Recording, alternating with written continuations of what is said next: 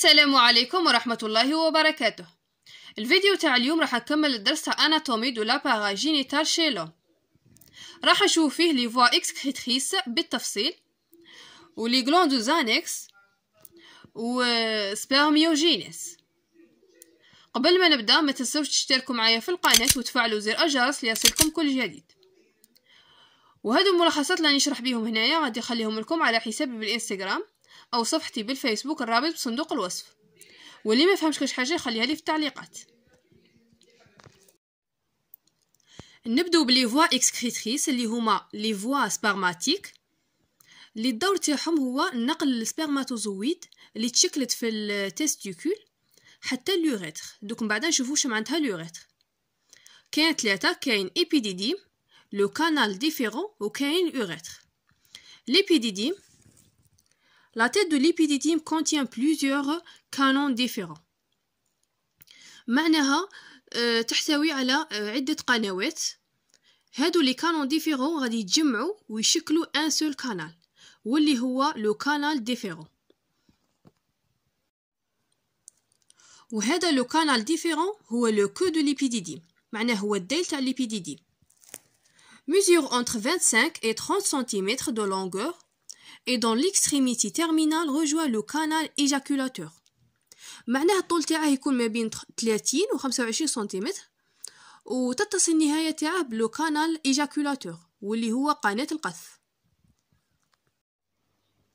ودروك نشوفو الأوريتر. الأوريتر est la portion terminale des voies génitales de l'homme. معناه هو الجزء النهائي من لي voies génitales de l'homme، يعني هو آخر جزء من هادو لي voies سبرماتيك. هذا اليوريتر هو عبارة عن قناة تكون موجودة على مستوى القضيب. القضيب هو لو بينيس، راكم تشوفوا فيه اون روج، هذا هو اليوريتر.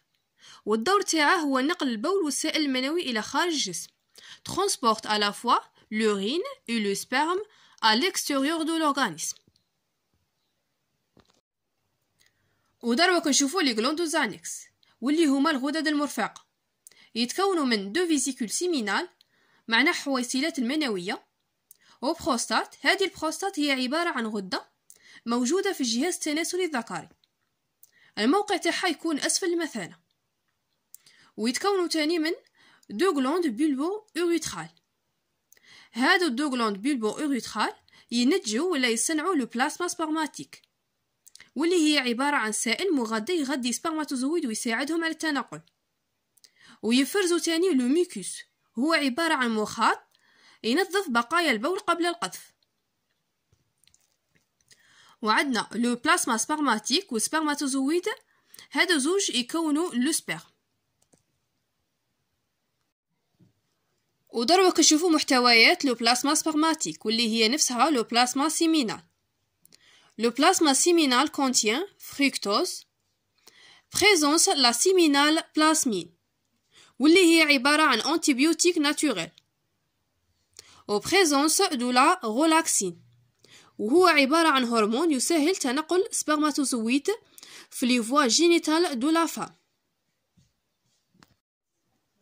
ودروك نشوفو le spermiogenèse واللي هي ظاهرة تطور سبرماتوزويد من سبرماتيد اللي هي عبارة عن خلية مستديرة سيلغوند، تكون إيموبيل معناها غير متحركة، وتكون تحتوي على كمية كبيرة من السيتوبلازم.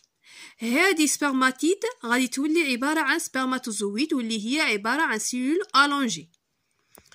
إذن 4 سبرماتيد se différencient en 4 سبرماتوزويد. وهذه la spermiogénèse permet de réduire le surplus de ce cytoplasme. معناها تقلل من السيتوبلازم الفائض اللي يكون في السبرماتيد. En spermatozoïde d'avoir une queue appelée flagelle. وتكون السبرماتوزويد ديل سموه الفلاجيل. ودروك نشوفوا لي 5 étapes de la spermiogénèse. عندنا formation de l'acrosome à partir du Golgi. معناه يتشكل اللاكروزوم انطلاقا من جهاز غولجي. Au formation du flagelle à partir de centriole distal. Aux formations de manchons cytoplasmiques riches en mitochondries. وفاكوسيتوز دي غيست سيتوبلازميك معناه بلعامة بقايا السيتوبلازم.